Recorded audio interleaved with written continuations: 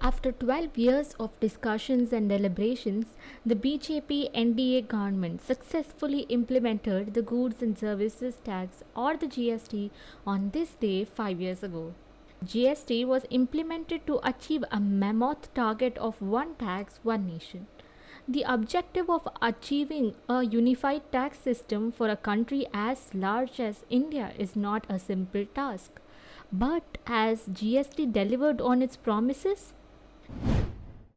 In this video, let's discuss the important questions around GST. In the earlier tax regime before GST, the center could tax up to production and the states collected tax on the sale of goods. The right to tax services was with the center alone. However, GST allowed the center and the states to tax all goods and services. The GST system was planned to be simpler for the consumers and the suppliers, with most goods falling within the tax slabs of 0, 5, 12, 18 and 28 percentages. It also aimed at formalizing the unorganized sectors to generate more tax with the same approach. With all the returns and invoices uploaded on a centralized system, tax evasion was expected to come down. Has it achieved those objectives? There are still many niggling issues, but the objective of having a uniform indirect system has largely been achieved. Onboarding of taxpayers from the old tax regime to GST was efficiently done. As on April 30, 2022, there were 1.36 crore taxpayers registered under GST, of which 1.17 crore are normal taxpayers and 16 lakhs are composition taxpayers who are paying taxes at a lower rate.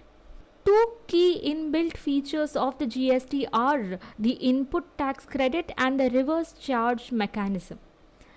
Input tax credit refers to the tax paid by a taxpayer during purchase, and that shall be deducted from the tax payable on final goods.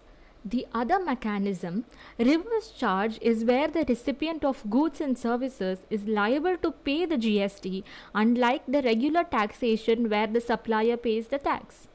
These two mechanisms were expected to help companies shift from unorganized to organized sector, thus resulting in higher tax collections. Also, the taxpayer base has expanded after GST implementation, with many companies asking their suppliers to register themselves to receive input tax credit seamlessly. Lastly, digitization of the entire system has made it easier to spot and check tax evasion. Digitizing invoices makes a special mention. So why are the states unhappy about the GST? Though GST embodies the spirit of cooperative federalism, there are certain disappointments that the states have. Firstly, GST is a destination-based tax wherein tax is collected by the state where the goods and services are sold rather than the state where it is produced. Some states that produce commodities and ship to other states have lost a part of their revenue due to this transition. The GST compensation cess, which guaranteed 14% growth in GST revenue for the first 5 years, was to help the states tide over the transition period. But the pandemic has impacted the state finances, making the states ask for extension of compensation beyond the deadline.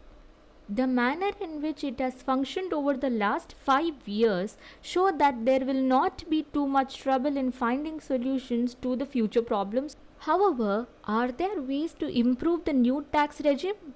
It is a big yes. But how?